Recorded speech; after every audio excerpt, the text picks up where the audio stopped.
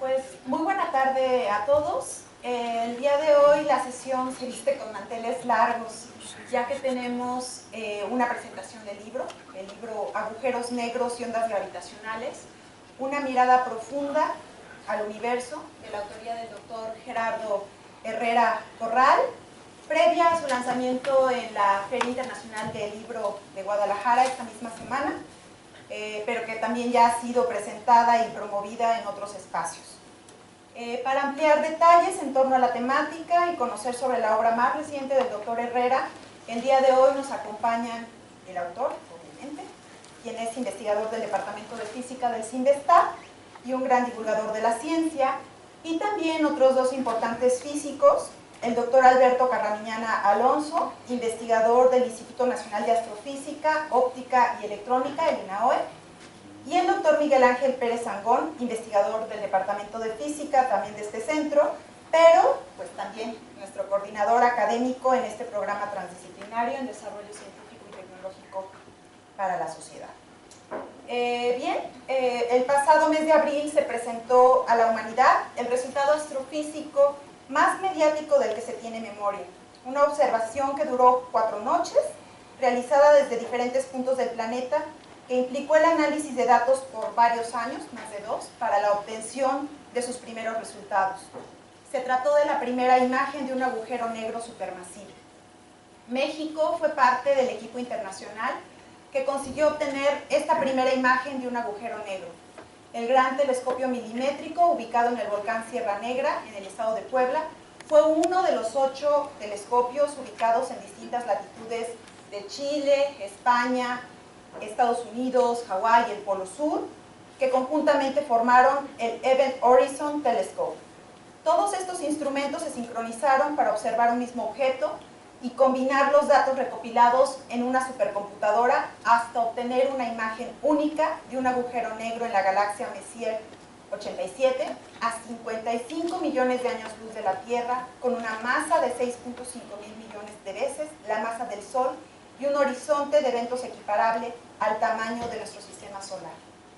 Es precisamente uno de los descubrimientos científicos más importantes de este siglo, la detección de las ondas gravitacionales, así como los agujeros negros, el eje sobre el cual versa la obra del doctor Herrera y su relación con otras cosas de las cuales nos va a platicar.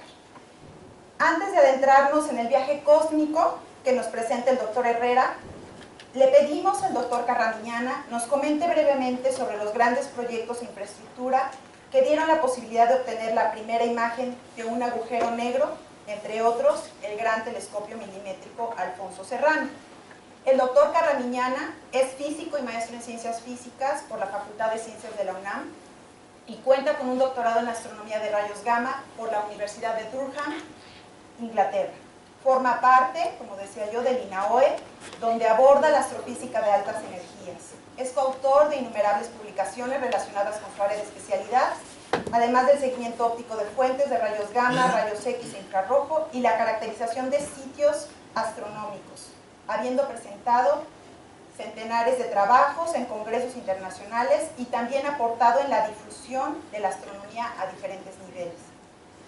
Él ha sido promotor de ambiciosos proyectos astronómicos en nuestro país y propició también la formación de un grupo científico que consiguió la sede del Observatorio de Rayos Gamma, el High Altitude Walter Cherenkov, para nuestro país. Adelante, doctor. Bienvenido. Muchas gracias por la presentación, muchas gracias también a la invitación, a Miguel Ángel, a Gerardo, más que gracias, felicitaciones por el libro y por la labor de divulgación y por poner en la portada una imagen obtenida con el Gran Telescopio Milimétrico. Los voy a distraer aquí con una charla un poquito platicándoles el desarrollo histórico del Gran Telescopio Milimétrico y luego pues un poquito este Observatorio de Rayos Gamma Hawk, que es como un apéndice que salió, una nueva oportunidad. Cuando uno hace proyectos, luego de ahí salen otros proyectos y así como uno compagina.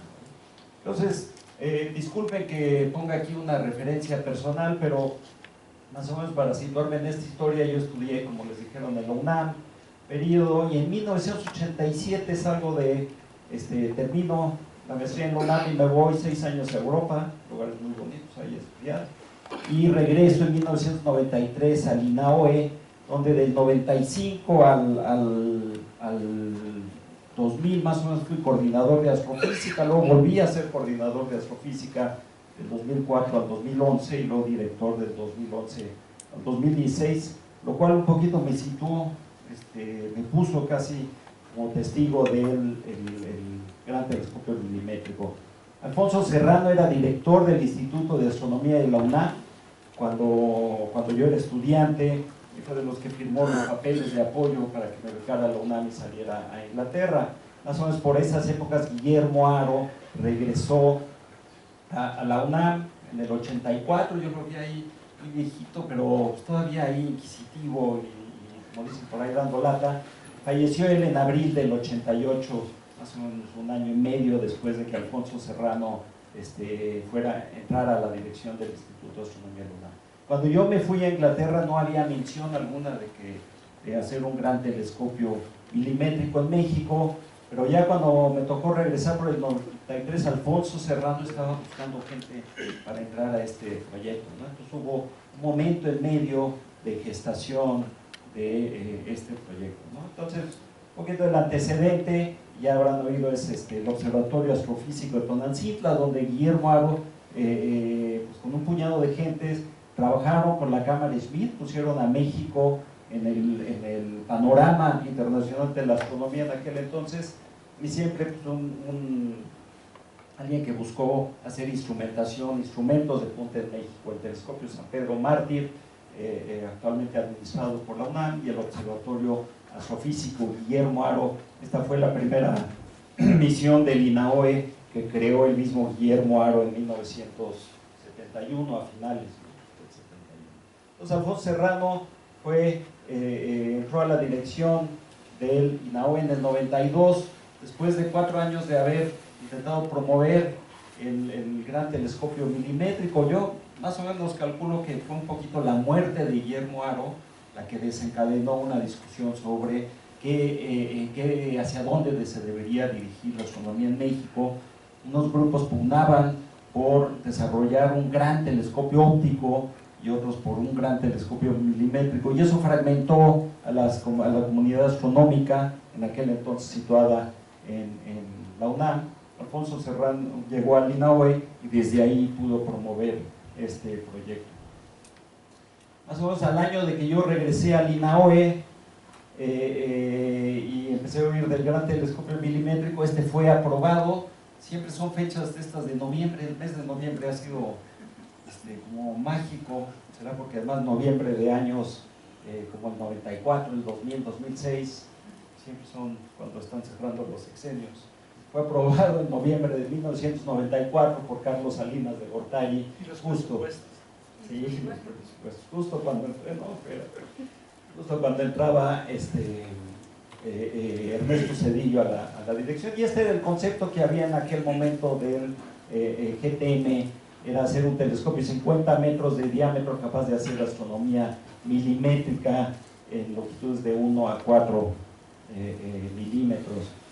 Y se aprobó en aquel entonces por 56 millones, no, creo que eran 48 millones de dólares, la mitad México y la mitad de Estados Unidos, lo cual pues, luego eventualmente pues, fue aumentando, ¿no?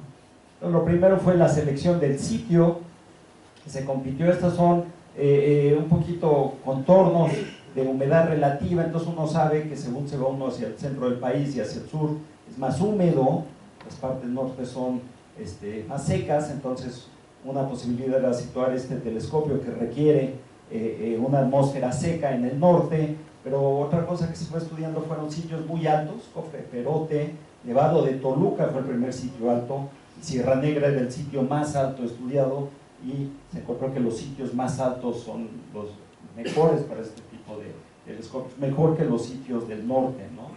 Este es el volcán Sierra Negra, la cima está a 4.600 metros, y esta es una foto pues ya imposible, porque aquí es antes de que hubiera telescopio ahí en la cima. 1996 se escogió, compitió el diseño del telescopio, el cual fue un diseño alemán, Man Technology, que fue aprobado un diseño de antena al aire libre, mientras que por mucho tiempo se había especulado si sería un telescopio con domo, ¿no? Este diseño tuvo que ser revisado y esto ya fue, de hecho, al instante que se decidió el diseño aumentó el costo más o menos a $72 millones, porque se pasó como de un diseño conceptual a un diseño pues ya un poquito más preliminar y de hecho ya detallado. Se hubo que hacer una cimentación profunda dentro de la montaña. En 1999 empezó la construcción de estos pilotes de unos 20 metros de profundidad, 1 metro de diámetro, que anclan al telescopio a la superficie sólida.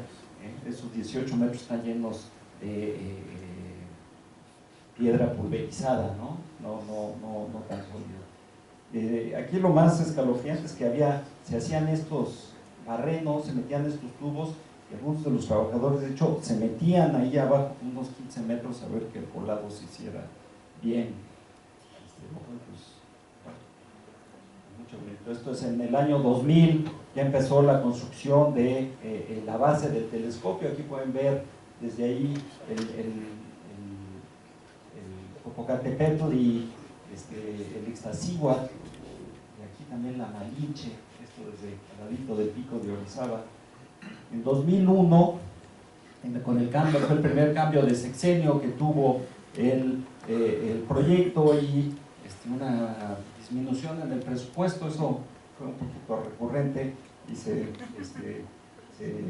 puso un poco más lenta la obra, pero fue avanzando ya la estructura de metal. Había un piloto de helicópteros que le empezó a gustar mucho el telescopio, entonces tomaba estas fotografías desde helicóptero a varios, ahí sobrevolando la montaña, ¿no?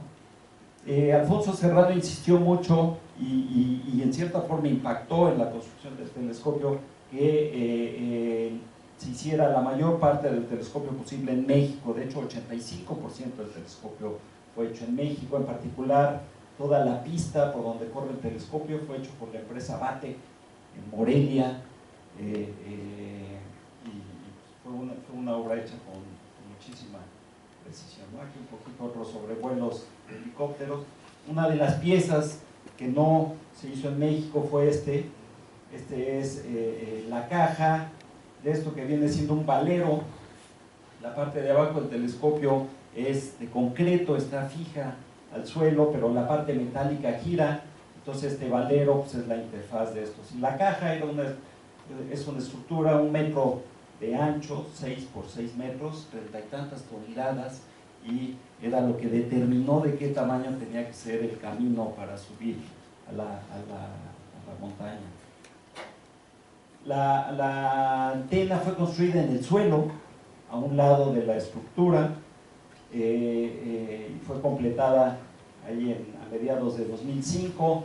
Este era uno de los contrapesos que tiene la antena. Ahorita luego la van a ver armada toda junta. Estos contrapesos de hierro.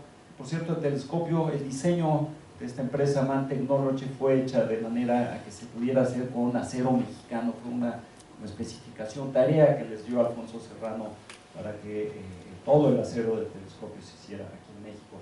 Entonces tiene estos hoyos por donde luego se rellenaba de concreto para hacerlo más pesado y justamente balancear la antena a su nivel. Y aquí, como pueden ver, están inspeccionando la parte donde encaja este contrapeso con el telescopio. En 2005 quedó esta pista. La pista está hecha son 7 segmentos y una pequeña división entre cada uno de estos. Dan toda la vuelta al telescopio.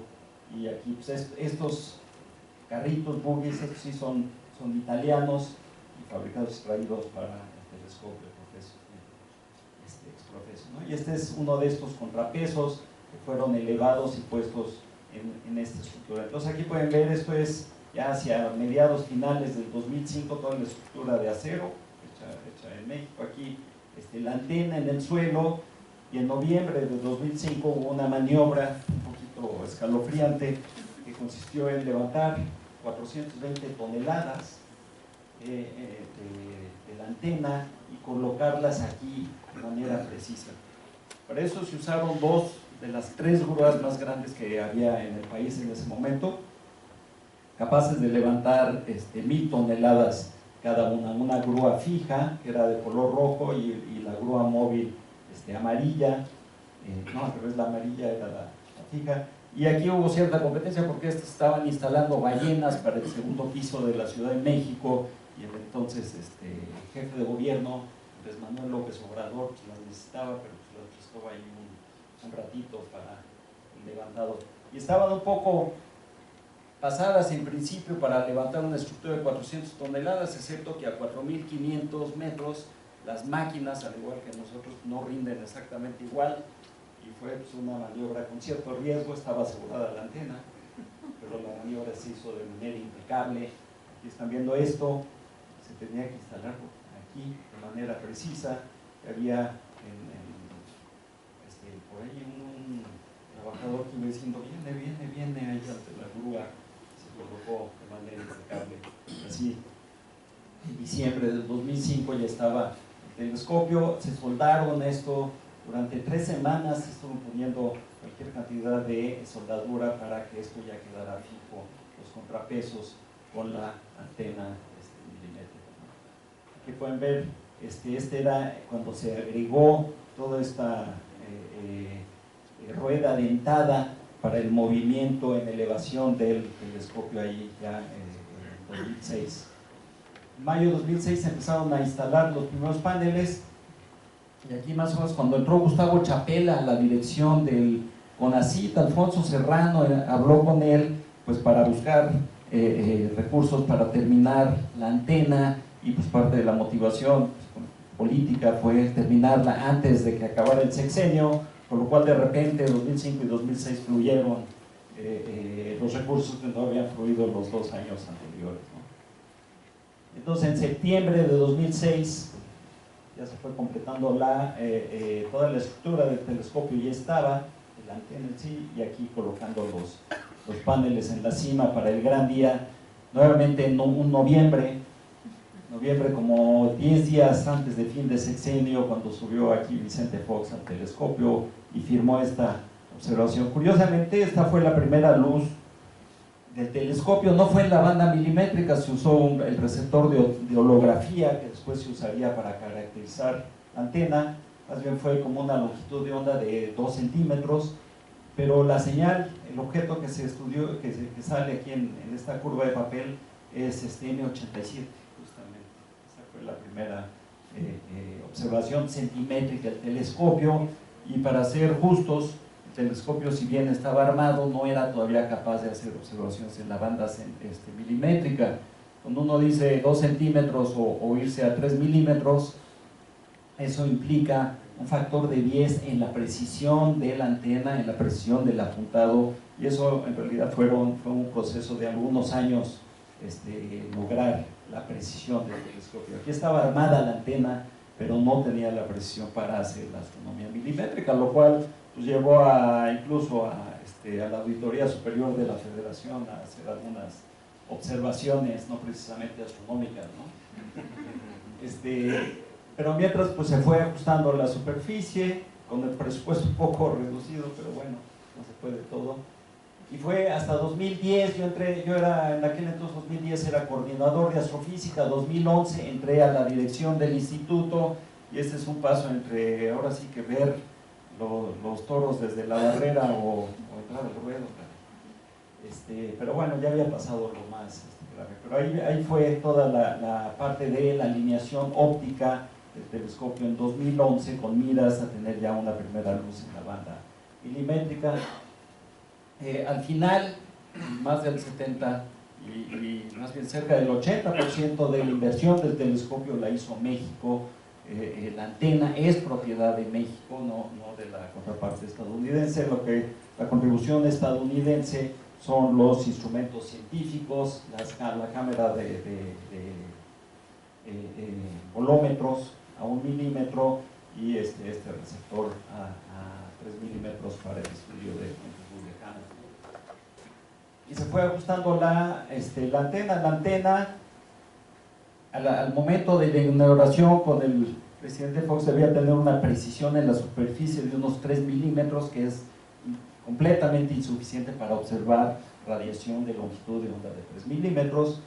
En 2010, 2011 alcanzó una precisión 180 micras, la cual ya es buena para hacer observaciones, o más bien para hacer observaciones demostrativas en la banda de 3 milímetros, todavía no 1 milímetro, ¿no? Entonces esto es con el mismo receptor que se usó en la inauguración con el presidente Fox.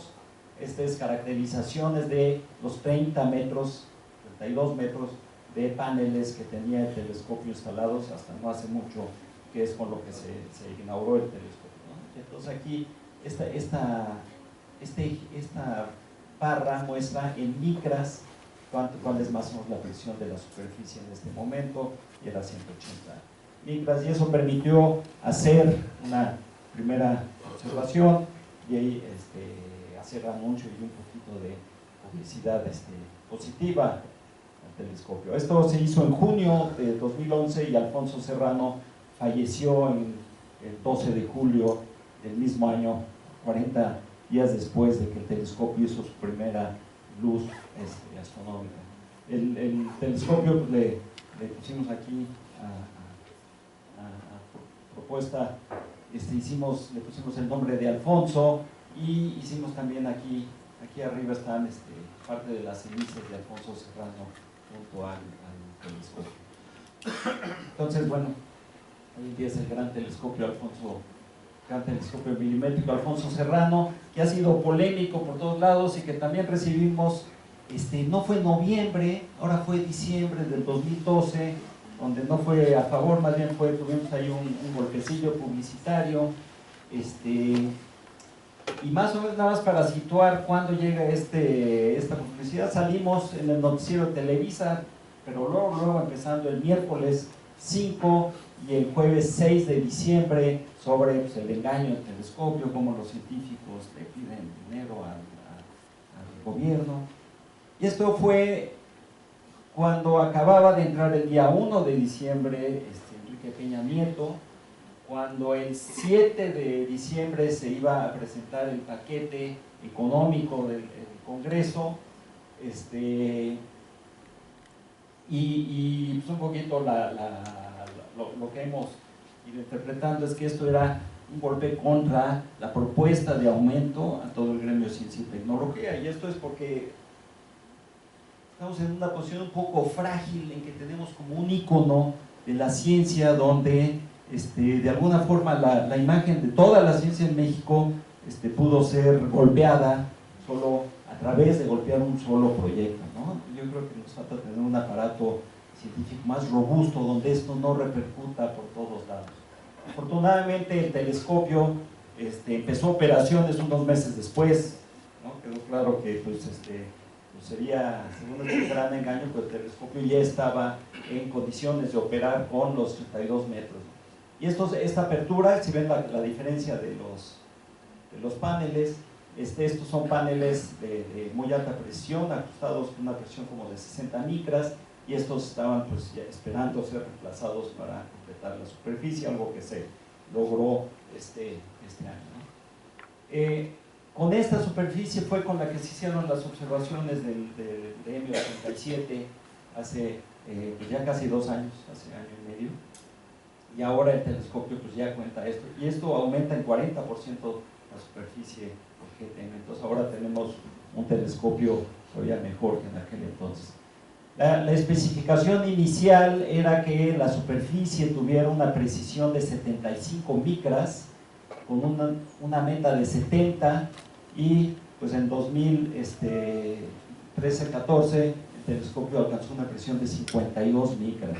Entonces, para quien quiera ahorita repasar la historia, pues en términos de tiempos y presupuestos, tal vez podemos discutir que si cómo salió el proyecto, pero en términos de especificaciones tenemos un telescopio mucho mejor, y tenemos, me refiero a todo el país y la comunidad, mucho mejor de lo que se planteó en un origen. Cumple con creces todas las especificaciones que se plantearon. Son propuestas en el 94 y esto es la realidad hace unos años y todavía ha ido mejorando en la superficie. De 2013 en adelante ha estado en operación y bueno, esta es un poquito es un poco triste que esta sea un poco, pueda sintetizar el avance del proyecto. Esto es más el presupuesto que tuvo el telescopio del 94 hasta el 2015, 2016 fue el último año en que me tocó ver el presupuesto, ya después pues ya no sé cuál es. Pero estas líneas rojas dividen el sexenio de diferentes presidentes, ¿no? Sí, sí, pero empezando desde Cedillo, Fox, Calderón y aquí Peña Nieto, ¿no? Entonces, este aumento así de presupuesto, uno es inversión y el otro gasto corriente, ¿no? Es más o menos natural porque el telescopio todavía no estaba en construcción, estaba en la fase de diseño y de búsqueda de sitio y aumentó el presupuesto cuando inició la construcción, pero pues después, como pasaba, pues entra un nuevo gobierno y pum, cayó aquí. Por aquí en algún momento entra Chapela, se da el argumento de que si se puede terminar el telescopio dentro del sexenio y llega el apoyo, y los 2 años con mayor presupuesto, bueno, junto con son los últimos 2 de este sexenio, ¿no? Este es el final de sexenio, mayor presupuesto, y estos 2 igual, mayor presupuesto. Después fue inaugurado el telescopio y claro, vino las preguntas, pero si está inaugurado, ¿por qué no está operando y haciendo astronomía? Entonces cayó el presupuesto, vinieron unas auditorías, aquí ya andaban sufriendo el director del INAO anterior allí, José Guichard, y luego aquí Alfonso pues fue al Congreso, habló con la oposición priista de aquel entonces, ¿cómo se llama el ex director, el secretario de Hacienda y luego de Gobernación? Gil era de Hacienda. No. Díaz. No, el que terminó de Relaciones Exteriores. Perdón, es que ya la memoria. Uribreña. José Antonio Mix Uribreña. No, antes. No, es Jorge Castañeda. No, más famoso. ¿Videgaray? Videgaray. Eso. Alfonso Serrato hablaron con Videgaray, que era el de la Comisión de Hacienda en el Congreso, y consiguieron esto que se llamó el apoyo del Plan de Primera Luz. Y con este apoyo en 2010, ahí grillado en 2009, en 2011 se consiguió justamente esta primera luz antes de que falleciera Alfonso. Y luego aquí tuvimos el plan de terminación que financió ya la expansión del telescopio a los 50 metros. Entonces, bueno, mucho porque nos tenemos que ir a los hoyos negros. Nada más les cuento que en 2006 se nos acercaron gente que sabía que había infraestructura de gran altitud para poner un observatorio de rayos gamma. Hicimos una colaboración con muchas instituciones, incluido, perdón, esta lámina vieja que pone así, entiendo que esto es políticamente incorrecto, al investigar pero una colaboración entre muchas instituciones, un poquito con el aprendizaje GTM, pues planteamos un calendario que sabíamos que podíamos cumplir con una serie de hitos de la instalación de este observatorio de rayos gamma, el cual fue, entonces, gracias a plantear hitos y saber que se podían cumplir, pudimos, y también del presupuesto, entender mejor el presupuesto. También hay que decir que Hawk es en cierta forma más sencillo que el telescopio milimétrico y menos riesgoso. Entonces pudimos construir aquí Hawk abajito del GTM. Esto es visto desde el pico de Orizaba y básicamente tuvimos que extender camino y electricidad, lo cual ahorró tiempo, dinero, esfuerzo. Entonces, bueno, tenemos estos 2 observatorios funcionando, sacando observaciones del cielo, y solo para, pues estoy ahora de tiempo completo en Hawk, pues nada más para presumirles que tanto el gran telescopio milimétrico Alfonso Serrano como el observatorio Hawk, ahora expandido con estos tanquecitos alrededor, todos estamos a la casa de los hoyos, de los agujeros negros, ¿no? Este es un reportaje que hicieron en New York Times en 2015 sobre el GTM. Claro, luego mis colegas astrónomos dicen que nunca hay que mostrar nubes en los sitios astronómicos, pero a todo el mundo les gustan las nubes, ¿no? Entonces, en realidad el sitio tendríamos que insistir que tiene condiciones luego óptimas, sin nubes, mucho tiempo que aquí se vean las nubes. Entonces, tanto en GTM como en HAWC estamos estudiando aquí hoyos negros supermasivos. Esta no es imagen de HAWC, ya, a lo mejor ya la vieron en el cine. Hoyos negros supermasivos de galaxias activas como Markarian 421, Markarian 501, hoyos negros de dimensiones estelares como en SS433, aquí hay una emisión de rayos gamma relacionada, y aquí son unos límites en la búsqueda de PBHs que se llaman Primordial Black Holes. Estos son hoyos negros más o menos que tienen la masa como de una montaña, que se tendrían que estar evaporando si es que se crearon en el universo temprano, y el por qué se habrían creado, pues Gerardo lo sabría mejor que yo. Y bueno, pues ya termino con esta imagen, la galaxia M87 vista en tremendo detalle. Aquí el JET, que desde hace poco más de 100 años se había ya observado de este núcleo activo, y luego yendo a la parte central, esta imagen del hoyo negro supermasivo con sus 6.500 millones de masas solares ahí en medio. Y bueno, pues muchas gracias.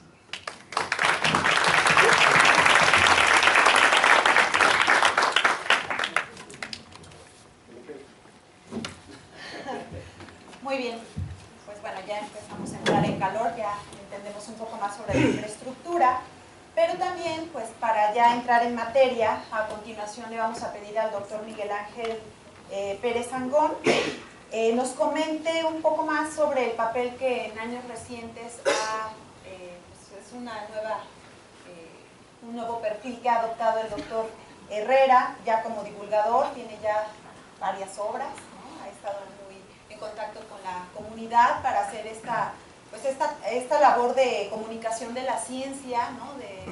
Pues, mostrarla un poquito más accesible a la sociedad, no nada más a los universitarios o a los investigadores, sino abrir este espectro, y sobre todo pues con su participación en distintos espacios, la publicación de sus libros, la interacción que tiene con los jóvenes, pues bueno, ya tiene labor en esto. Entonces nos gustaría, doctor, que nos comentes un poco, ¿no? Sobre ahora sí que la relación que has mantenido tan próxima con el doctor Gerardo Herrera, las obras previas y la propia que estamos ahorita presentando, para saber un poquito más del doctor en esta mesa. Sí, como no, gracias, Ceci. Bueno, primero hay que mencionar el alto sentido de la oportunidad que tiene Gerardo para publicar sus libros. Este es su 6º libro de divulgación. Otra cosa le indica hacer además en los últimos años, los últimos 6-7 años. 4 sobre física de las energías, que es su especialidad.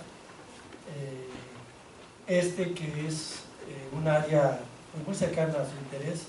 Él trabaja en la colaboración ALICE, que les interesa, bueno, es una colaboración internacional en el CERN, que les interesa caracterizar procesos físicos que pudieron ocurrir en el origen del universo, el Big Bang.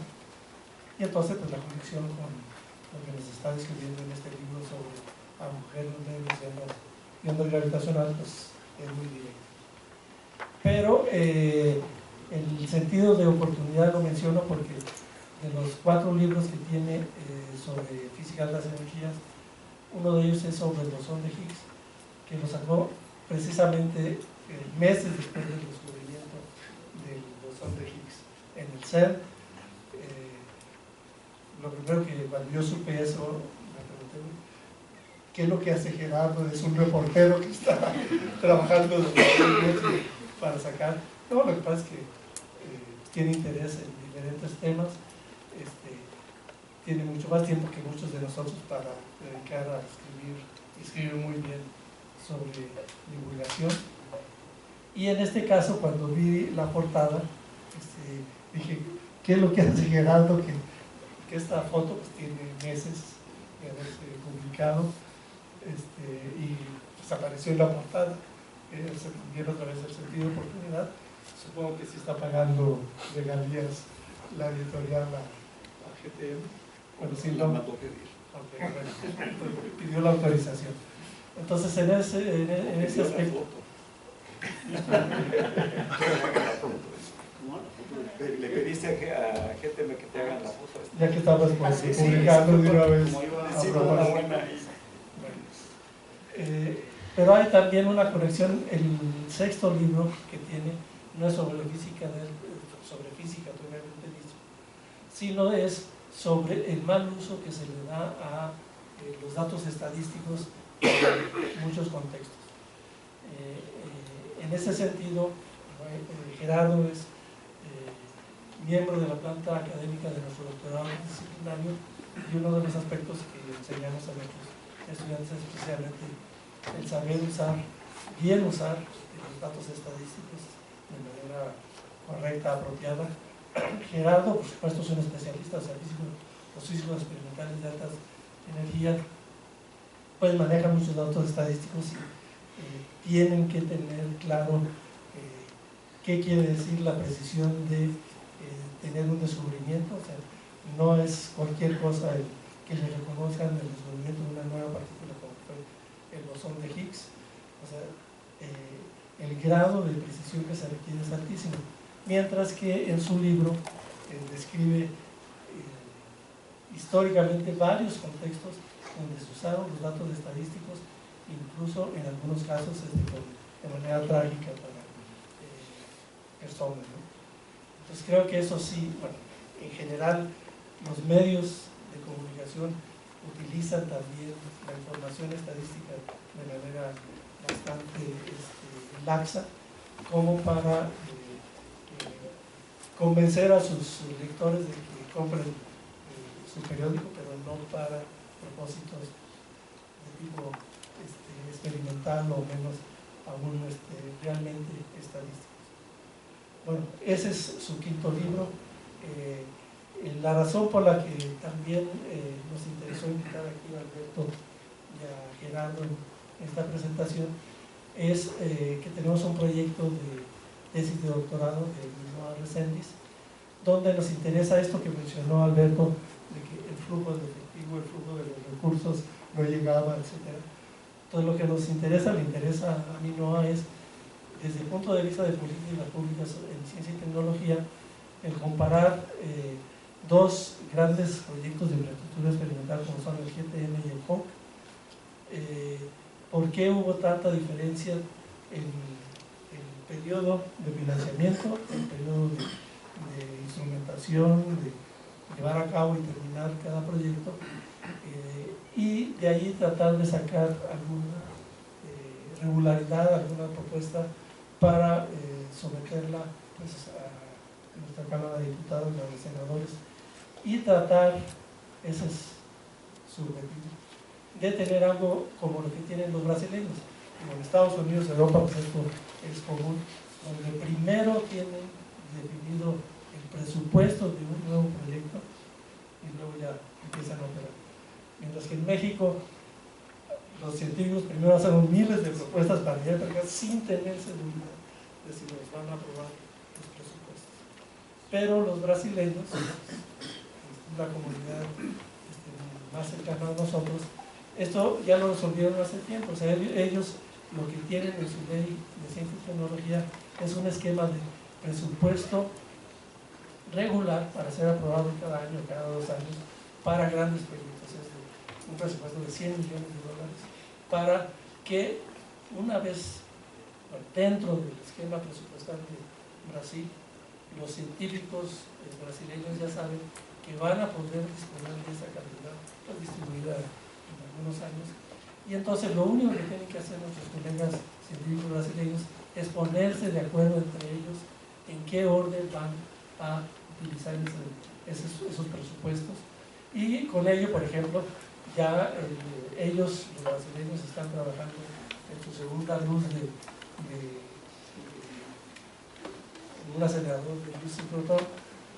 Nosotros apenas estamos parece que va a arrancar en un año o 2 años y no hemos podido convencer a nuestros legisladores de que para financiar estos grandes proyectos de infraestructura se requiere cierta seguridad, estabilidad en el tipo el dinero, de manera que sí se pueda programar con tranquilidad y no perder todo el tiempo, bueno, mucho tiempo, en estar haciendo visitas especiales a los responsables o a la Cámara de Diputados para que aumenten los presupuestos. Y creo que en este caso, como mencionó Alberto, la diferencia entre el proyecto de GTM y de HOC es realmente así muy clara. O sea, bueno, lo primero que hizo Minoa fue ver desde el punto de vista de la bibliometría la producción de cada uno de los dos telescopios, y el HOC tiene ya no miles pero cientos de publicaciones en pocos años de operación, mientras que el GTM va publicando poco a poco su producción. Pero este home run, la terminología que nuestro medio ahora todo el mundo aprecia, de esta foto la primera foto de un óleo negro, pues eso con exceso rebasa todo la inversión que se tuvo en uno de mis colegas, Diego Experimentales de Altas Energías, exageró un poco, pero digo, con esa foto pues, ya se justifica todo el proyecto. Bueno, ya estamos viendo que el HOC también está metiendo información sobre otros tipos de óleo.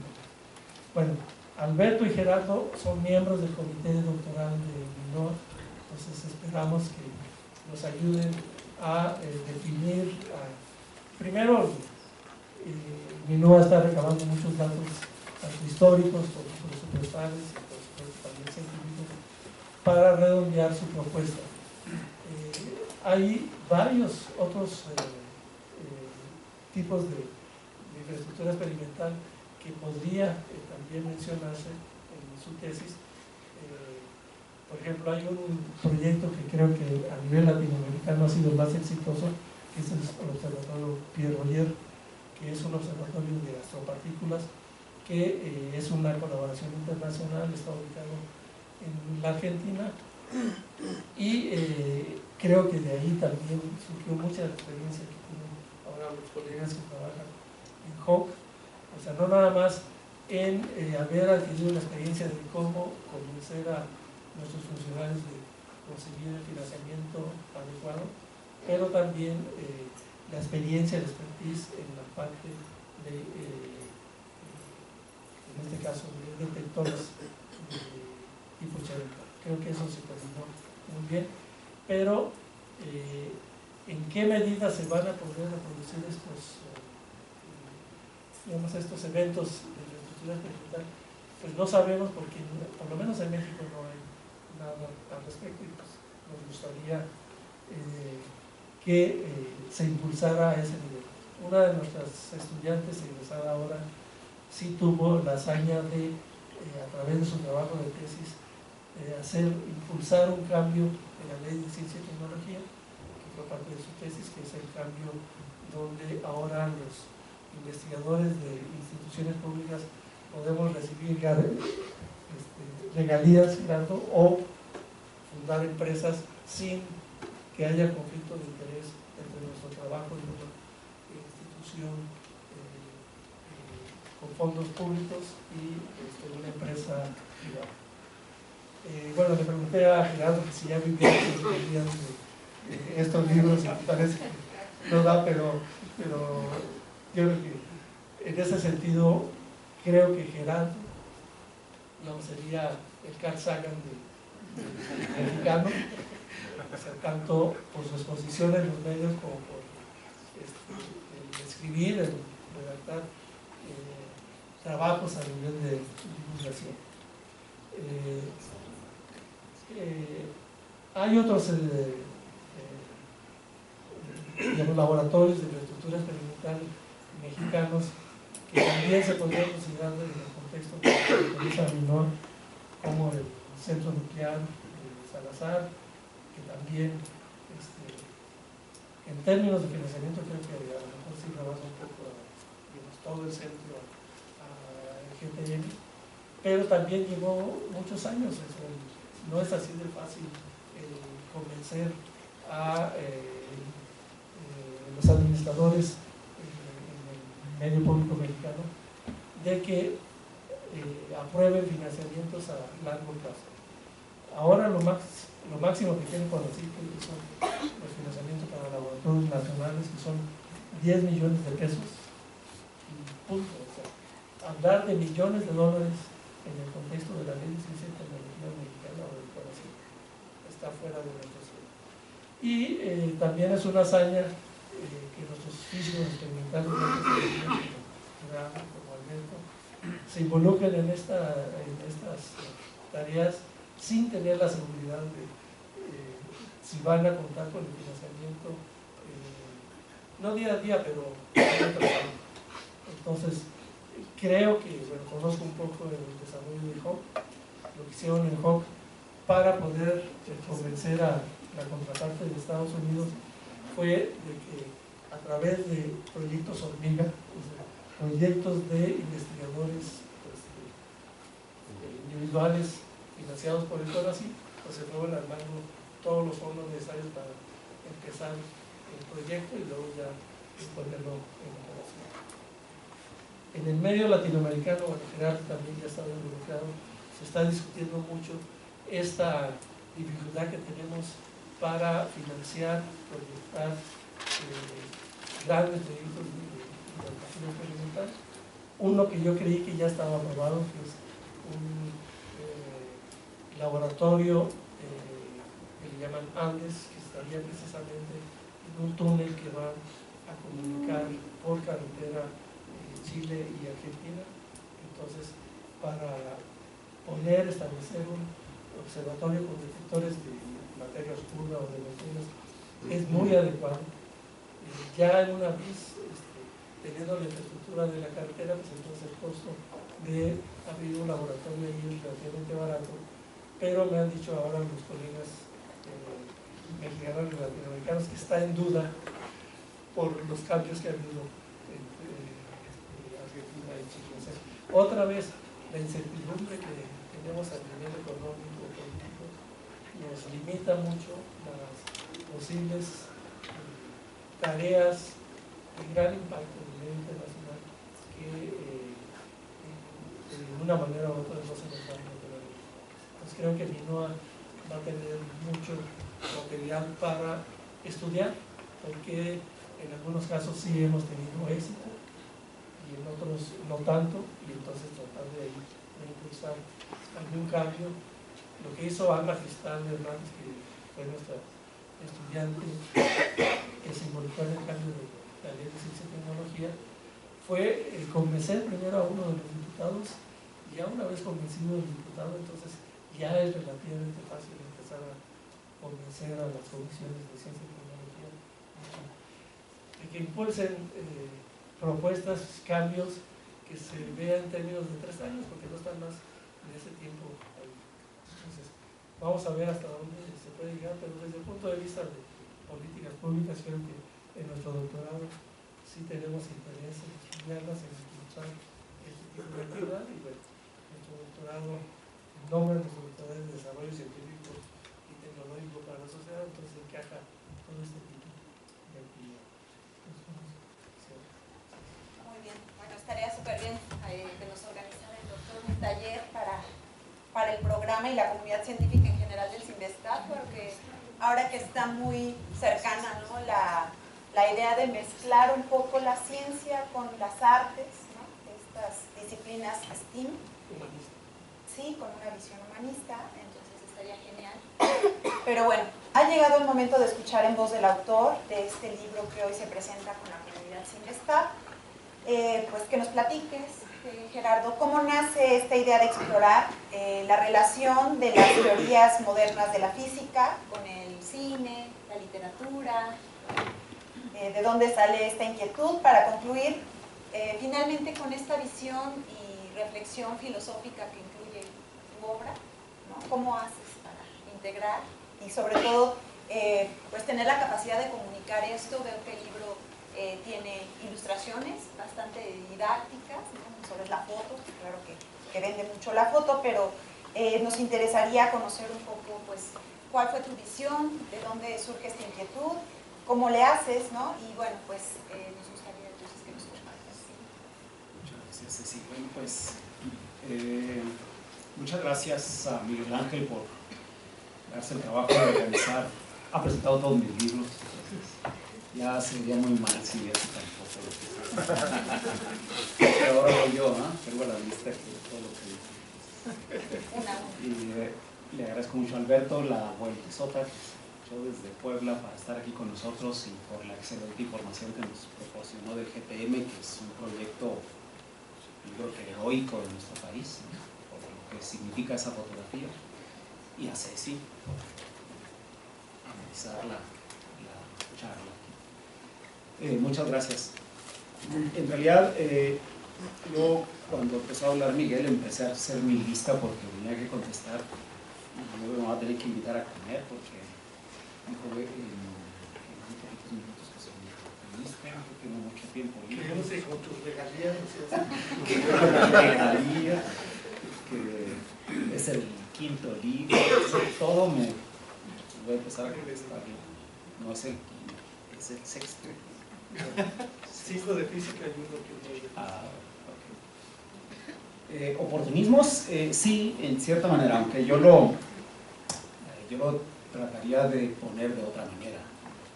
Efectivamente, bien observado por Miguel Ángel, una de las cosas que a mí siempre me llamaron mucho la atención es que en Europa y en los Estados Unidos, cuando algo ocurre en el mundo de la ciencia, no tienen que pasar más de 3 o 4 días cuando uno se encuentra un libro en las librerías. Eso es algo que a mí siempre me llamó la atención. Me llamó la atención por varios motivos. Por un lado, el poder que tiene una industria editorial en Europa, en Estados Unidos, es algo impresionante. Es una industria editorial realmente que nos gustaría eventualmente llegar a tener en México. Y ahí se ve el poder de una industria editorial. Y siempre me llamó la atención cómo podía ocurrir eso, cómo se puede dar eso, cómo es posible, ¿no? Por un lado. Pero también por otro lado, siempre me llamó mucho la atención que existan otros mundos, que existe un mundo editorial distinto. Yo creo que Miguel Ángel comparte un poco eso porque él fue editor, le gusta la edición, fue desde que lo conozco un enamorado de la edición y ese también es una razón para que siempre esté el cosquillo de escribir y de ver qué es eso, ¿no? Cómo se hace, qué hay detrás en este mundo tan distinto del nuestro. Pero quizá las razones principales tienen que ver mucho con algo que, ya que citaste a Carl Sagan, te acostumbraba a decir, es yo creo, el enamoramiento que uno tiene con lo que hace.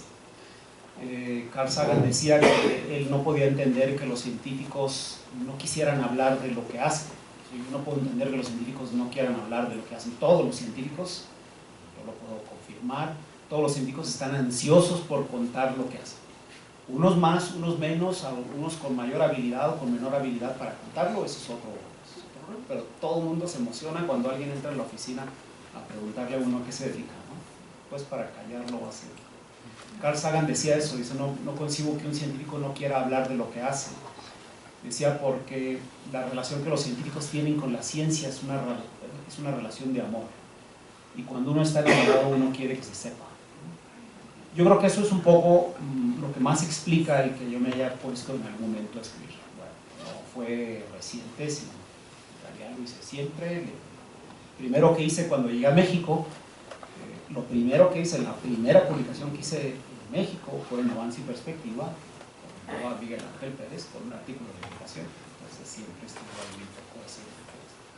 En el caso del Higgs, por ejemplo, hizo crisis, fue cuando todos mis intereses hicieron crisis porque acababa de ser descubierto el Higgs y yo decía, alguien tenía que escribir esto, ¿no? Y me indignaba, no es posible que nadie escriba el Higgs, y veía veía como en otros países salen los libros de inmediato y entonces de pronto un 1 de mayo,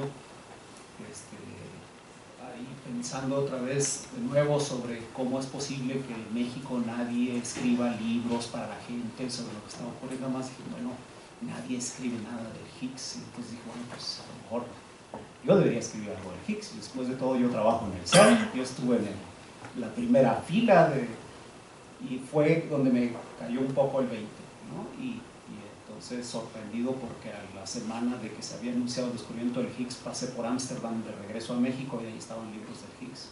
Y entonces me di a la tarea y desde entonces me ha dado la tarea de tratar de contarle a la gente lo que estaba ocurriendo. Es más que oportunismo, yo creo que es ese enamoramiento de salir corriendo a decir qué es lo que está pasando en el mundo de la ciencia, ¿no? Es una disciplina ajena a lo que yo hago en cierta forma, así la asumí también. Este descubrimiento que está en la portada del libro es la primera fotografía de un agujero negro que de alguna manera recae más en el ámbito de los relativistas. Los físicos tenemos la teoría de la mecánica cuántica que se ocupa de lo microscópico y a la que yo me he dedicado toda mi vida. Y tenemos el mundo macroscópico en donde tenemos la teoría general de la relatividad y la teoría especial de la relatividad que se ocupa de lo grande. Pero me rehúso a aceptar completamente que es ajeno porque los agujeros negros para poder existir necesitan de un colapso. No es solamente la acumulación de masa que se va aglomerando paulatinamente hasta ser un objeto monstruoso que desarrolla un horizonte de eventos. Para que eso llegue a ocurrir, para que se transforme en un tal objeto, es necesario que en algún punto del desarrollo se dé un colapso, que la materia colapse. De otra manera no se hubiese podido formar. Y fue el gran descubrimiento del colapso lo que hizo posible. Tanto que los practicantes de la teoría general de relatividad, el mismo Albert Einstein, creador de la teoría general de relatividad, consideraba que era imposible que se formaran agujeros negros a ese nivel. Fue la mecánica cuántica la que vino a explicar el colapso de los objetos y la posibilidad de comprensión de cómo se llegan a formar. En ese sentido no es totalmente ajeno. Un agujero negro reúne a las dos grandes disciplinas. Ahí está, en esa singularidad, en ese horizonte de eventos, se juntan las dos grandes teorías y también ahí está la dificultad de entenderlas de una sola manera, ¿no? En ese sentido también es como una nota, ¿no? Sí se requiere mucho tiempo para escribir un libro, efectivamente. Yo tengo efectivamente mucho tiempo libre porque por alguna razón uno define lo que es tiempo libre de la manera más conveniente posible, ¿no? Yo, por ejemplo, he pasado mucho tiempo en los aeropuertos y en los vuelos que se llevan casi 16, 17 horas de México a Ginebra. Cada vez que uno va son 17 horas de viaje. Se dice fácil y para los jóvenes a lo mejor resulta muy atractivo, pero con el paso del tiempo eso se va volviendo una carga muy difícil. Y es así, y en las salas de espera, si uno le pone todavía la espera en los aeropuertos, pues entonces se va a las 24 horas de viaje, ¿no? Entonces son buenos momentos para leer, para escribir, y en ese sentido sí, también en las salas de espera de los médicos, cuando uno empieza a avanzar en la edad, tiene uno más tiempo en la sala de espera de los médicos, entonces sí hay un poco también eso. Hace poco que mi hija me decía que no podía entender cómo no le daba el tiempo todo el día para estudiar para su examen y no entendía cómo los adultos podíamos hacer tantas cosas. Y bueno, es que uno aprende a utilizar cada resquicio de las actividades del día para hacer algo. Sí, la fotografía, el libro salió muy rápido después de la fotografía. La fotografía se publicó el 10 de abril. Los datos se tomaron en abril de 2017. Fue una de mis columnas porque se anunció la constitución de esta colaboración internacional en la que México estaba participando y a mí me pareció grandioso. Y entonces lo publiqué en una columna y en aquel entonces la promesa fue que al año siguiente se publicaría la fotografía de Sagitario a Estrella. Nos prometieron Sagitario a Estrella. y no nos han entregado Sagitario A estrella, que es el centro de nuestra galaxia, ¿sí? Y nos prometieron M87, que es la galaxia elíptica, que desafortunadamente firmó iFox, pero bueno, habrá manera de... Sí, es una galaxia elíptica que se utiliza para calibrar incluso los telescopios ópticos, ¿no? René, que tiene telescopios ópticos, ¿sabe? A menudo los apunta para verlos, para ver a la galaxia elíptica que se encuentra en Virgo, porque es un objeto que hasta con unos binoculares se puede llegar a ver. Entonces, en ese sentido es comprensible. Pero la promesa era de Sagitario A estrella y seguiremos esperando a Sagitario A estrella, pero seguramente vendrán fotografías mucho más asombrosas, porque ahora se ha formado ya no nada más el ETH, la colaboración del horizonte de eventos, pero ahora está la global, ¿no? Que están tratando de incluir telescopios en África, tendrá un mucho mayor alcance, entonces hay mucho más por venir. Por lo demás, no sé qué podría yo comentar. A mí me gustaría que la gente participara un poco y a lo mejor en la conversación salen temas de los que podamos hablar. Perfecto. Entonces abrimos el espacio ya para la audiencia, preguntas. Digo, no han leído seguramente el libro, hay una estación acá afuera para que puedan adquirirlo, pero dudas en general sobre la temática, alguna cuestión que quieran al autor. Sí, por favor. En realidad yo quisiera que el doctor Herrera nos platicara. Yo hace un par de semanas tuve la posibilidad de leer un poco la crónica de cuando se hizo la publicación de las ondas gravitacionales, pero solo lo leí como en una hoja y media y me quedaron esas ganas digamos, de saber más sobre el asunto. Yo no soy físico, pero la manera en la que la habían contado era de manera cronológica. Creo que se hizo cerca de unas vacaciones de diciembre, algo por el estilo leí, y me llama mucho la atención cómo el grupo de investigadores tardaron un poco en tomar la decisión de si se publicaba, de si se hacía en enero, por el golpe mediático que podía significar. Entonces, la verdad es que platicar con científicos que saben conversar, digamos bien, está rico, ¿no? Entonces, yo no sé si usted tenga los detalles o tenga la información. Digamos, esa sería una petición, no sé si sea posible. Pues con gusto comento, que sea rápidamente, pero sí me gusta comentarlo porque efectivamente en la primera observación hay tema.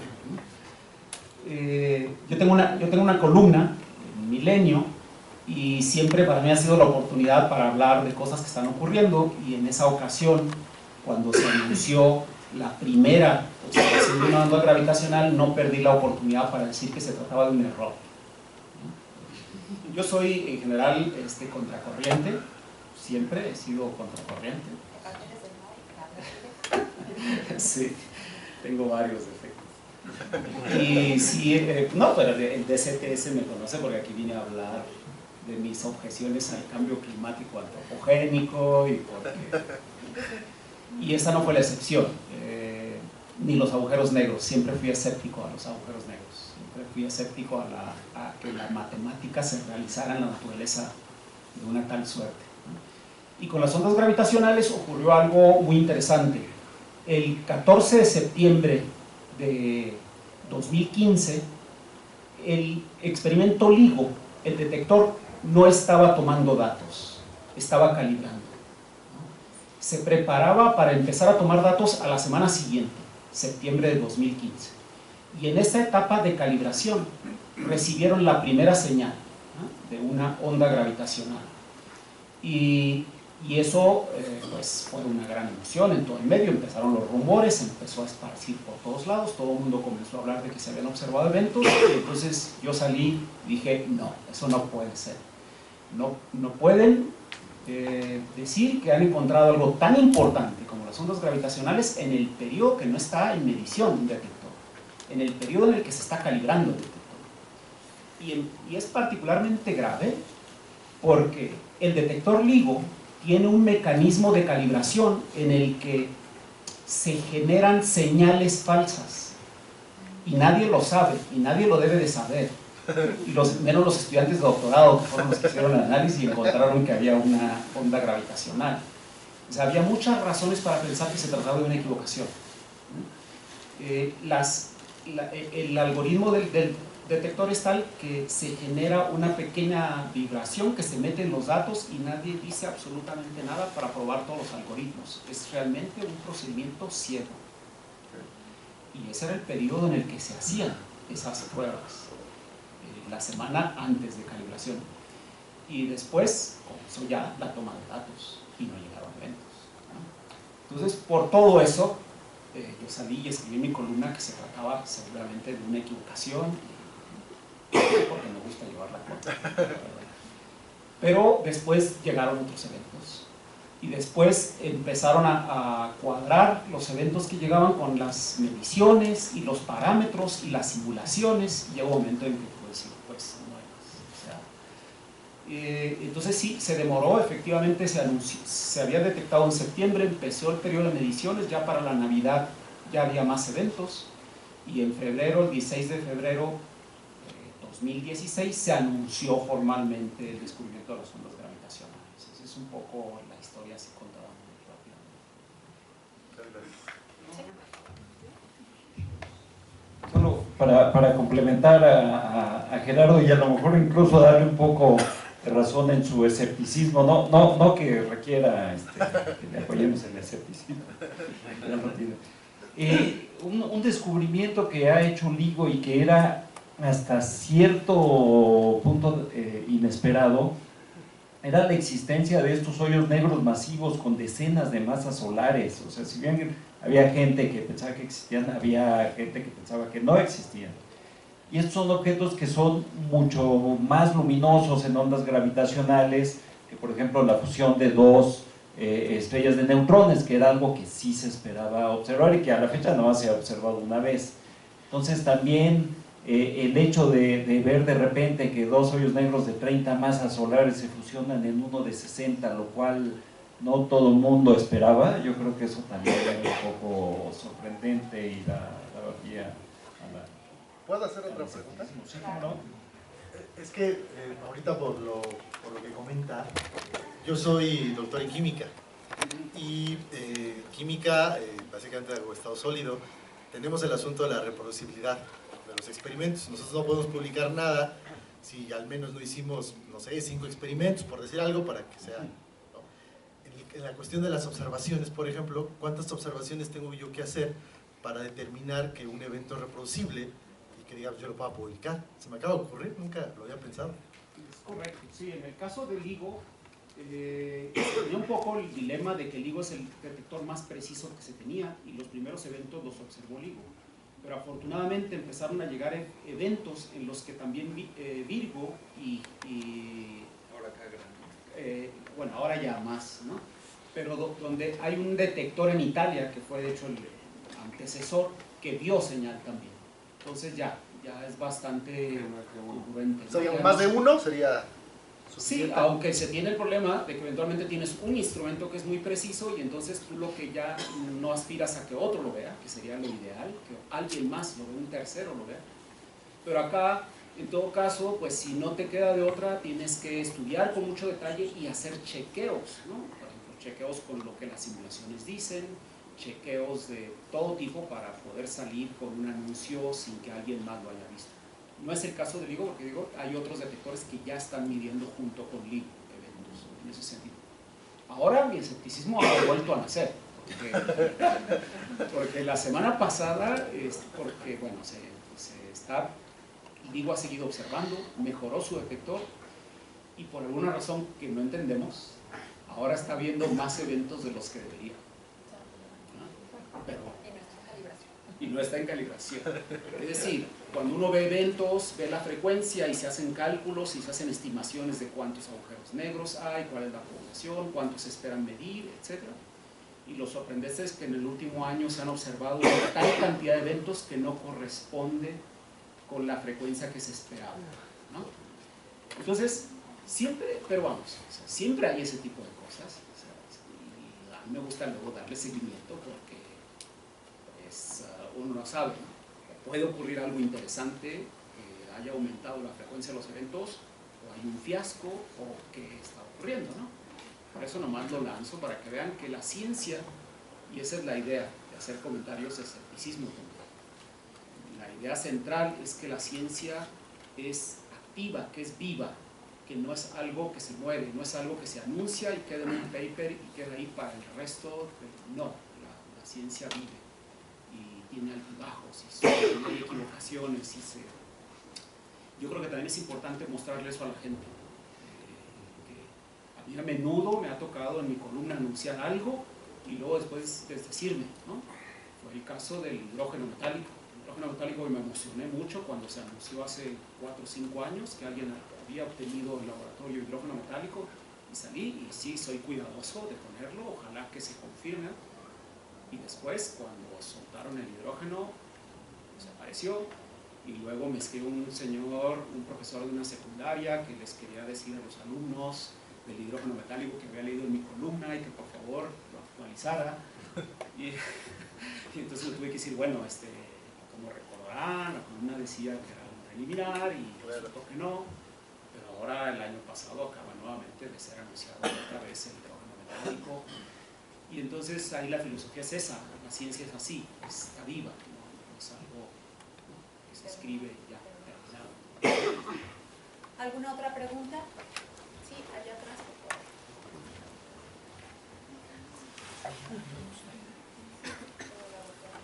Sí, buenas tardes. Mi pregunta es la siguiente. Bueno, al igual que el doctor Herrera, yo también soy un poco crítico de las ciencias experimentales. En el caso de LIGO, del detector de las ondas gravitacionales, ¿cómo le hace para descartar, por ejemplo, vibraciones mecánicas de suelo? Porque digo, por muy buenos amortiguadores que se tengan, pues la precisión de este tipo de experimentos debe ser extremadamente alta, no sé. Gracias.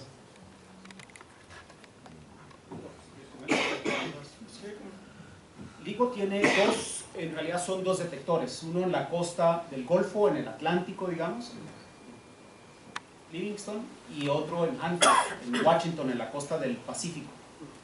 Y lo que se espera es una coincidencia para eliminar que una vibración en un lugar sea malinterpretada. Tiene que haber la misma vibración congruente en el otro lado del continente, en el lado del Pacífico y en el lado del Atlántico. Pero por supuesto que se ha logrado una precisión enorme para la detección de vibraciones, es la más alta precisión. Y luego se recurrió a un método que es la base del premio Nobel de uno de los 3 que recibieron el premio Nobel, que es cómo va embebida, la señal va embebida en una cantidad de ruido impresionante. O sea, esa parte es muy bonita, desafortunadamente es un poco más técnica, no me puse a describirla en el libro, pero lo que el detector ve esencialmente es ruido. Y a menudo es desconcertante cuando uno no trabaja en estas áreas, a veces hasta para mis colegas. Nosotros tenemos uno de nuestros detectores en ALICE. Hemos construido 3 detectores para ALICE y uno de ellos lo hicimos apenas en 2015. Y me acuerdo que hasta los mismos colegas me decían, oye, pero ¿cómo puedes estar a 17 metros con todo ese material enfrente y ser la señal de trigger, ser la señal de disparo? Y entonces yo les decía, no, es un detector de ruido. Y los mismos colegas se sorprenden, pero ¿cómo? Nosotros vemos solamente ruido. Se resulta desconcertante, pero un poco eso ocurre con LIGO, detecta ruido. Y en el ruido va adentro del ruido, como señal más pequeña que el ruido, va la señal deseada. Y hay toda una técnica muy ingeniosa para extraerla del ruido. Es una parte muy bonita, en la que se hacen patrones, se hacen máscaras y se va metiendo en el ruido hasta que hace bingo y te aparece que ahí está un patrón de esa señal. Algo así, por ahí. Sí, uno de los trabajos que uno tiene que hacer es justamente la caracterización también del ruido natural, las vibraciones o el ruido sísmico, incluso en estas regiones de Luisiana, que no es particularmente sísmica, pero hay una caracterización del ruido para entender a qué frecuencias y cómo llega, y compararlo con la señal que se espera, que además el hecho de buscar una señal en coincidencia o casi coincidencia, con una diferencia de milisegundos entre un detector y el otro, es un poquito la forma de escarbar por debajo del umbral de ruido. Lo que es totalmente cierto que LIGO hace, escarba por abajo del nivel de ruido de una forma extraordinaria. De hecho, yo la verdad es que no hubiera apostado mucho de que LIGO iba a ver cosas hace 5 años, pero pues, la forma como lo han logrado es espectacular, y ha sido en parte caracterizar el ruido y saber exactamente el patrón de la señal que busca. Doctora Marta, por favor, si ¿Qué tal? Buenos días. Yo no quisiera dejar de mencionar la enorme valía que tiene el publicar libros de difusión. En ese sentido, bueno, yo le diría al doctor Pérez Angón que yo no veo que sea un oportunista, sino un oportuno, lo cual es muy diferente. Tampoco creo que el doctor Gerardo Herrera, Gerardo, haya escrito sus libros en las salas de espera de los aviones o de los médicos. Espero que no las hayas pasado mucho. Lo que sí creo es que es esa vocación de difundir, no es nada más que te guste lo que haces, sino que difundes, y esa vocación de difusión me gustaría que se transmitiera a muchos más investigadores de todas las áreas, precisamente para que no tengamos que ir a explicarle a nuestros legisladores, ir a perder, ese sí sería perder nuestro tiempo, si antes no hacemos todo ese trabajo de divulgación con los niños, con los estudiantes de secundaria, de preparatoria, ya no se diga más adelante. Así es que, Gerardo, te felicito, ojalá pueda aprender algo de ti y pueda efectivamente escribir algo de divulgación para entrenar, para enseñar qué es lo que hacemos que tanto nos apasiona. No, ya tengo que reivindicar a Miguel, yo lo quiero mucho, Miguel. Yo sé en qué sentido lo dijo, no, claro, yo creo también es como a lo mejor conveniente decirlo. Yo hubo una época en que leía mucho a Alfonso Reyes, y en algún lugar leí a Alfonso Reyes,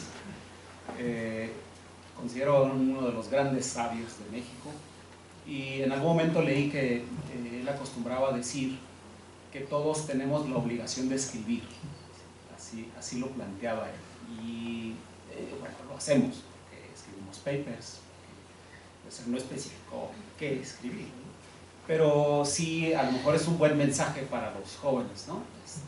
Siéntanse obligados a escribir siempre, estar continuamente escribiendo. Yo creo que es además una actividad muy gratificante, pero también es una terapia, también es muchas cosas escribir. Desafío. doctor Pino. No, bueno, quiero precisar. Sentido de la oportunidad es muy diferente a ser oportunista. Y tengo 2 ejemplos para precisar el término. Bueno, el primero tiene que ver también con Gerardo. Gerardo en su 5º libro, que no es sobre física, es sobre el mal uso de los datos estadísticos, criticó la forma en que este panel de las Naciones Unidas sobre el cambio climático publica sus datos de manera tan, por lo menos poco científica. Y los que han visto, bueno, nuestras clases que damos aquí en el DCPS, criticamos las gráficas que dan para la temperatura promedio de la Tierra en la evolución de año con año. Entonces, la primera crítica que le oí a Gerardo es: ¿cómo es posible que puedan asignar nuestros colegas en este panel un valor de la temperatura para toda la Tierra, para todo el año, sin incluir barras de error? O sea, la actividad que hace Gerardo, bueno, nuestros físicos experimentales de altas energías, es lo primero en lo que se preocupa. Si lo que están midiendo va a tener la suficiente precisión como para publicar datos con un margen de error, una desviación estándar adecuada, de manera que sí les crean todos el resto de la comunidad. Bueno, él quiso publicar este tipo de comentarios en una revista de este país. Sí estuvo publicando por cierto tiempo columnas, pero entonces otro colega del área de la ecología vetó esa intervención, o sea, no aceptó ese tipo de crítica de un gremio sobre otro gremio. Y yo creo que ahora todos estamos preocupados por el cambio climático, pero sí nos gustaría que ese gremio tuviera la precisión suficiente o que lo divulgara, de cómo es posible que puedan publicar una temperatura o cambios de temperatura de hasta fracciones de grado centígrado, de grado Fahrenheit, sin darnos una idea del margen de error involucrado. Creo que el problema es tan grave que eso sí debería de reflejarse más allá de su libro, y no lo hacen. Entonces, si leen su libro, ahí va a estar claro en qué sentido, en este caso, si hubieran publicado su artículo en este país, hubiera tenido sentido de la oportunidad. O sea, convencer a otro gremio de que a todos, por el beneficio de todos, nos conviene saber qué es lo que están haciendo, la famosa ahora ley de la transparencia, y que haya otro grupo de científicos que pueda reproducir esos datos y decir, oye, mi margen de error es diferente, etcétera, y mi predicción es esto. Creo que la salud del planeta va de por medio y deberíamos de tomarlo en serio, como ellos se toman en serio sus mediciones. Bueno, ese es un sentido de la oportunidad que creo que no es el oportunismo que menciona él, sino estrictamente sentido. Tengo otro ejemplo del sentido de la oportunidad que ahora tiene que ver con avance y perspectiva.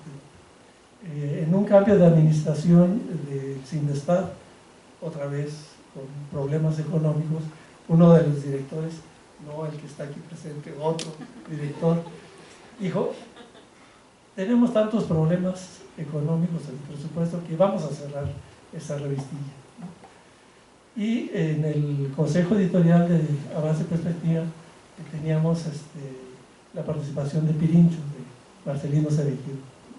Y entonces lo que se propuso a nivel del consejo editorial fue pues que por lo menos deberíamos de poder hacer una encuesta para ver si realmente esa revistilla tenía cierto alcance.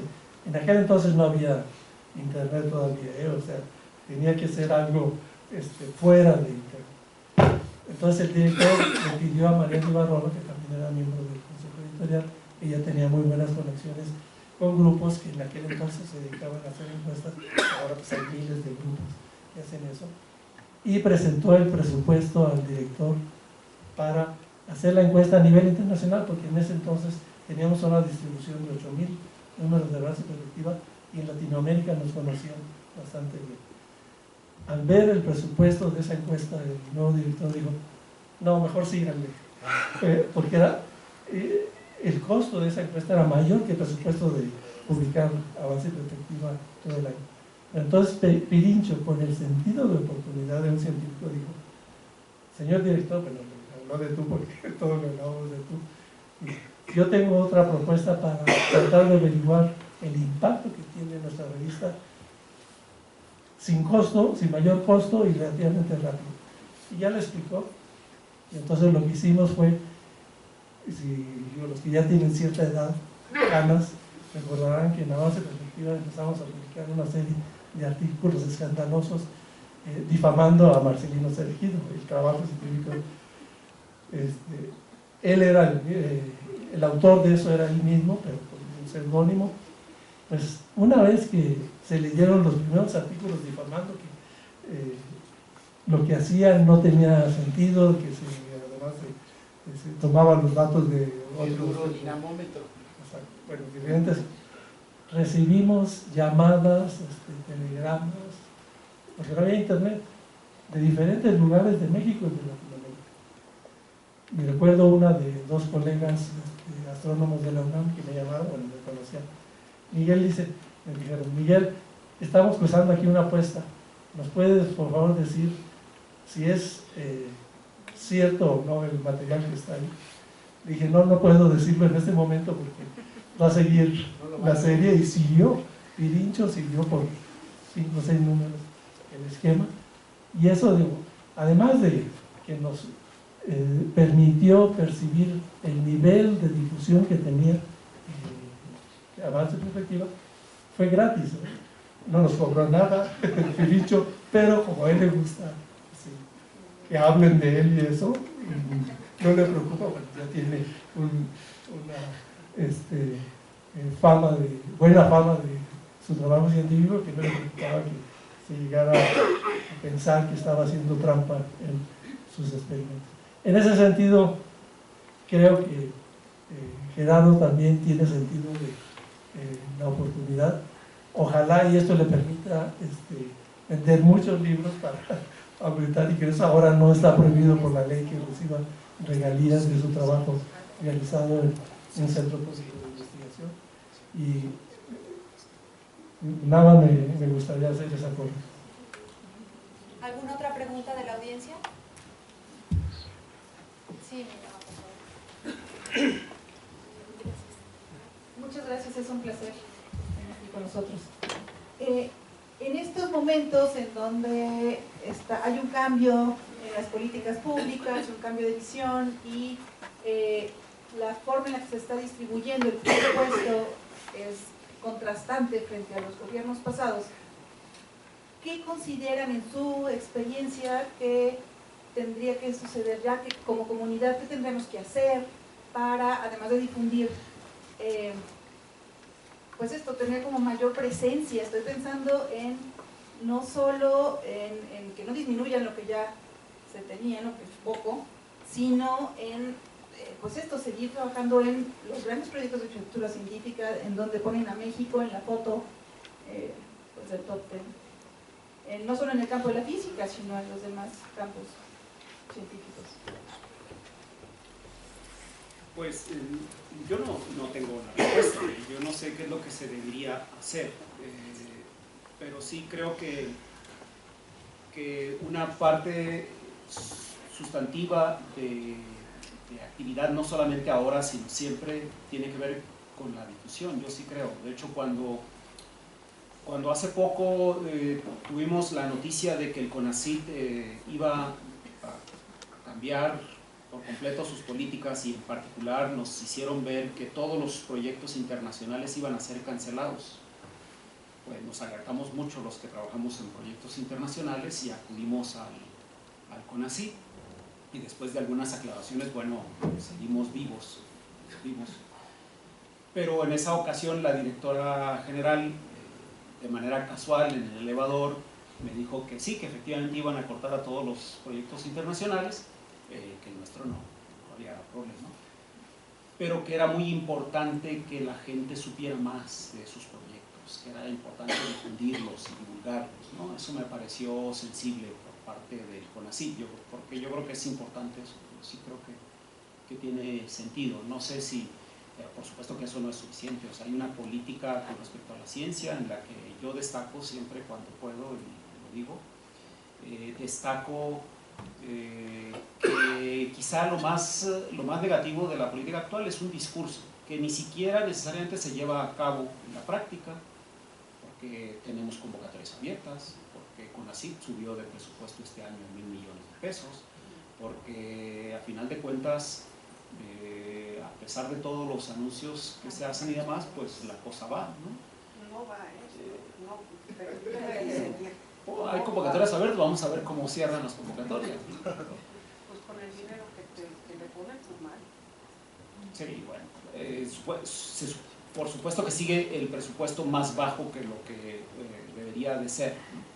Pero lo que quiero decir es que todavía más negativo que eso, todavía más allá de los bajos presupuestos, de las políticas que son muchas, ¿no?, de importaciones de equipos científicos, etcétera, todavía peor que eso me parece a mí el discurso de odio que se ha generado, ¿no? Es un discurso de odio que yo no le veo mayor sentido. O sea, la necesidad de estar acusando a los científicos en las mañaneras como gente corrupta, y a partir de que el CONACYT tenía que encontrar casos de corrupción corrupción, y etcétera. Eso es un discurso que yo creo que ha dañado mucho más que todo, ¿no?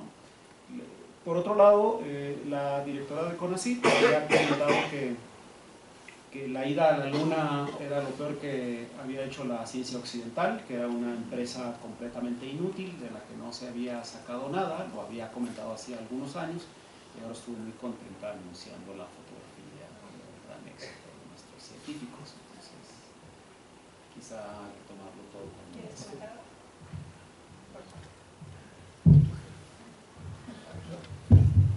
Bueno, es en la misma dirección. Cuando empezó el sexenio de Peña Nieto, que prometió ir incrementando el gasto de la inversión en ciencia y tecnología en 0.1% hasta llegar en el sexenio en algún 1%, pues inmediatamente los físicos que sabemos hacer cálculos hicimos la estimación, y eso equivalía a tener una nueva inversión en ciencia y tecnología de $1,000 millones, o sea, no de pesos.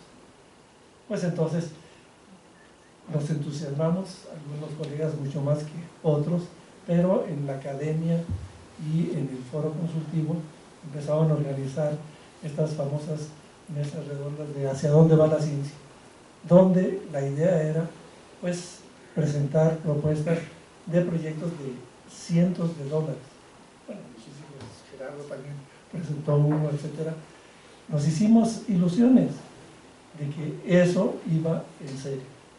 Bueno, ahora creo que eso está descartado, pero lo que todavía es más preocupante es de que un secretario de Estado publique en un periódico sobre, lo llama así el título, falacias de la ciencia mexicana, y entre ellos incluye el GTM. O sea, ese nivel de inconsciencia entre colegas, nada más por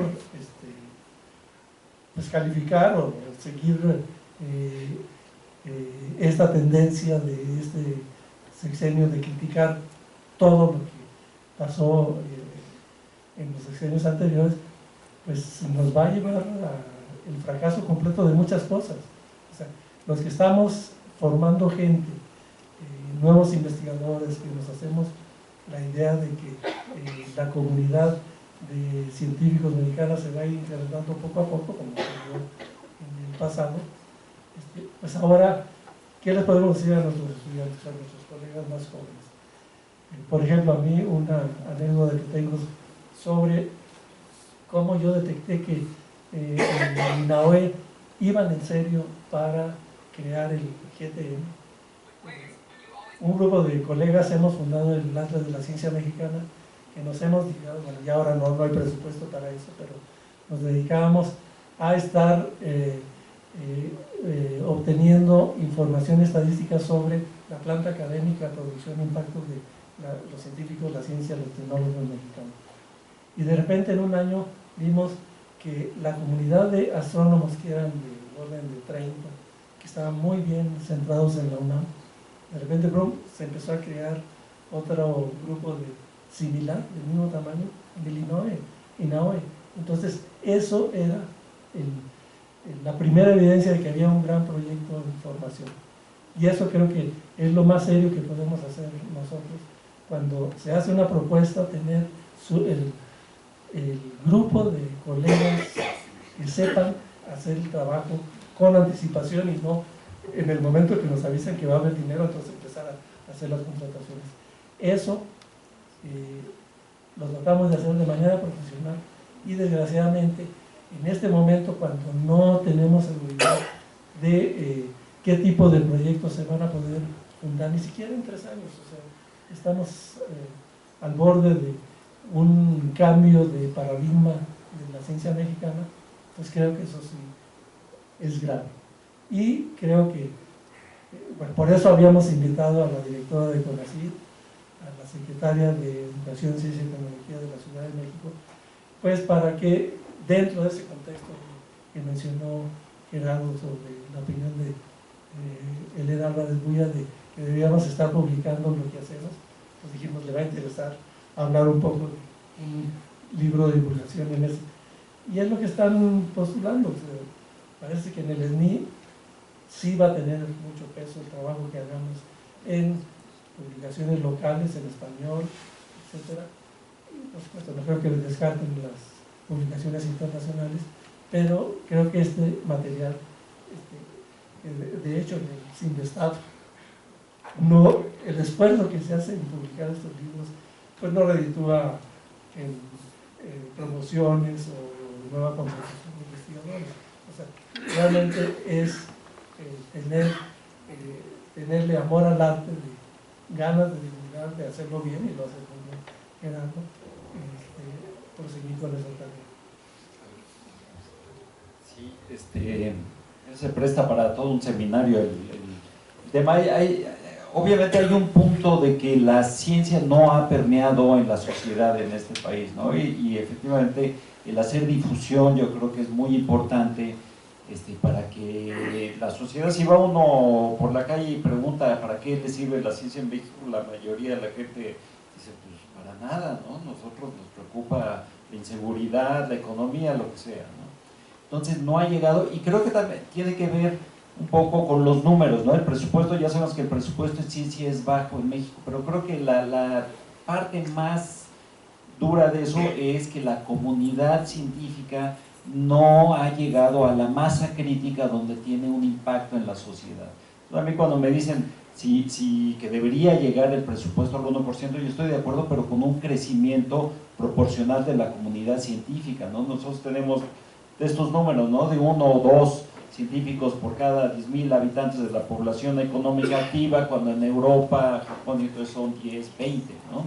Entonces yo creo que no tenemos la masa crítica, y si fuéramos 10 veces más, pues el presupuesto entonces sí sería por encima del 1% del Producto Interno Bruto, y tendríamos una incidencia mucho más fuerte, y también habría más gente promocionando y buscando y justificando por qué es bueno en México tener grandes proyectos, grandes telescopios, sincrotrones e instrumentos, y que estos pueden tener una incidencia en la sociedad, ¿no?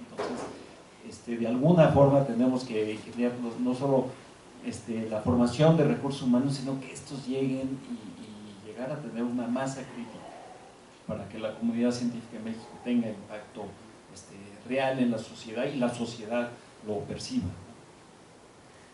¿Alguna otra pregunta?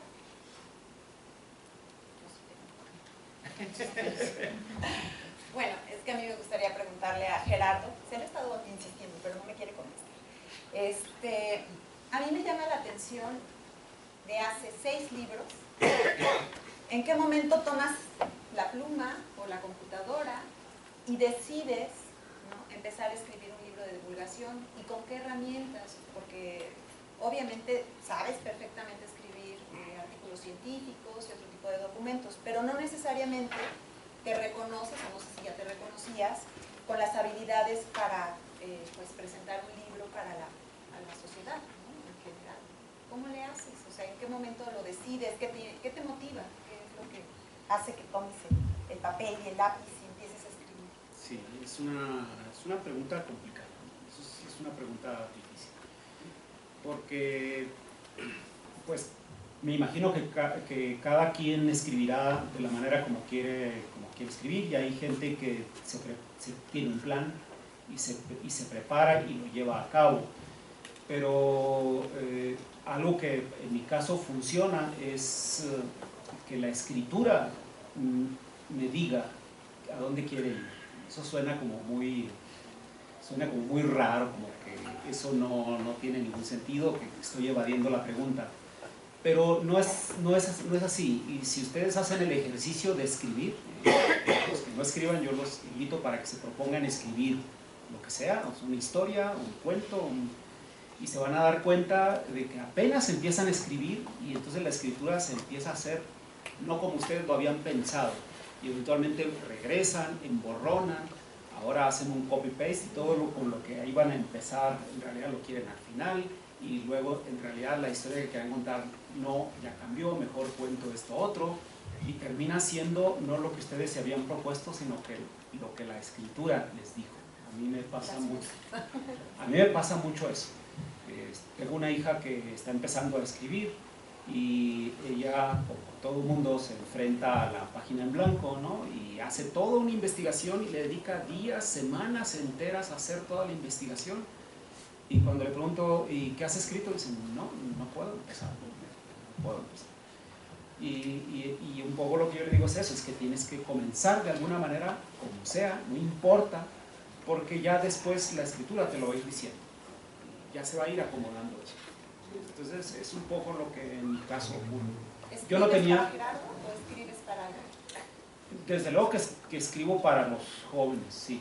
Yo he tenido siempre la impresión de que el interés real, actual de la ciencia es el de los jóvenes, ¿no? No quiero descartar a los adultos, pero sí en mis charlas veo una clara diferencia de generaciones, ¿no? De los adultos fascinados con la política, fascinados con las historias de corrupción, es un hecho, así crecimos, yo estoy fascinado, pero fascinados con la telenovela que nos ha dado el PRI, el PAN, el PRD, las historias de política que nos han contado toda la vida y cuál es el nuevo caso de corrupción, cómo lo hicieron. Estamos fascinados con las telenovelas y creo que la nueva generación no, la nueva generación ya no se interesa tanto por eso, la nueva generación está más inclinada hacia las sensaciones, hacia las percepciones, ¿no? Se los acusa de la gratificación instantánea, se los acusa de un exceso de importancia que le dan a la percepción, a las sensaciones. La nueva generación es de sensaciones, ya no quieren.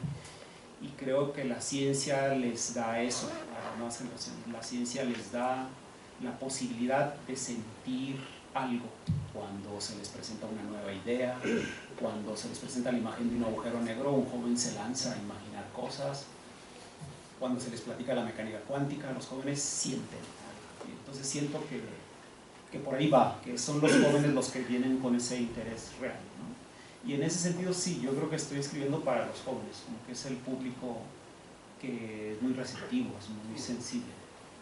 ¿Y llevas un tracking ahorita de quién te está leyendo? Pues la gente escribe, ahí sí, escribe mucha gente joven para preguntar o simplemente para felicitar. También hay adultos que escriben, desde luego, a lo mejor se atreven más a escribir, sí. Sí, yo creo que hay un eco en ese sentido. Por supuesto que no hay todavía yo digo que en buena medida el que no se vendan los libros y no den tantas regalías tiene que ver con que esos jóvenes no tienen poder adquisitivo. Pero yo creo que viene como un boom importante. Pero efectivamente no hay un plan. Hace un año que Miguel organizó la presentación del libro El azaroso arte del engaño y me acuerdo que alguien preguntó qué es lo siguiente que iba a escribir. Me acuerdo que alguien me preguntó. Y yo contesté dos cosas. A mí me gustaría mucho escribir de ciencia y religión, y me gustaría, porque es un conflicto fantástico que ha estado con nosotros por muchos años. Y yo sé que es un discurso anticuado porque está muy, muy trillado, pero creo que hay cosas nuevas que hay que contar, y así contesté. Y también dije que me gustaría escribir del tiempo, porque no hay nada más misterioso que el tiempo. Pero mira lo que salió, o sea, resulta que cuando uno quiere escribir del tiempo, tiene que escribir de los agujeros negros, porque son por antonomasia la deformación extrema del tiempo, y entonces acaba uno escribiendo de agujeros negros. Eso es lo que quiero decir cuando digo que la escritura lo lleva, no uno a la escritura. Bueno, pues muchas gracias. Pues bueno, queda abierta la invitación para que adquieran el libro, lo degusten, lo disfrutemos, y bueno, aquí afuera hay una estación, decía yo. Le agradecemos a los participantes de la mesa que hayan venido desde Puebla, ¿no? Desde tantos lugares en los que nos están promoviendo. Ya te veremos ahora en la FIL, ¿no? Este jueves 5 se presenta en la Feria de Guadalajara, en el Internacional del Libro. Y bueno, les hacemos la entrega. Aquí Alberto, un agradecimiento. Muchas gracias por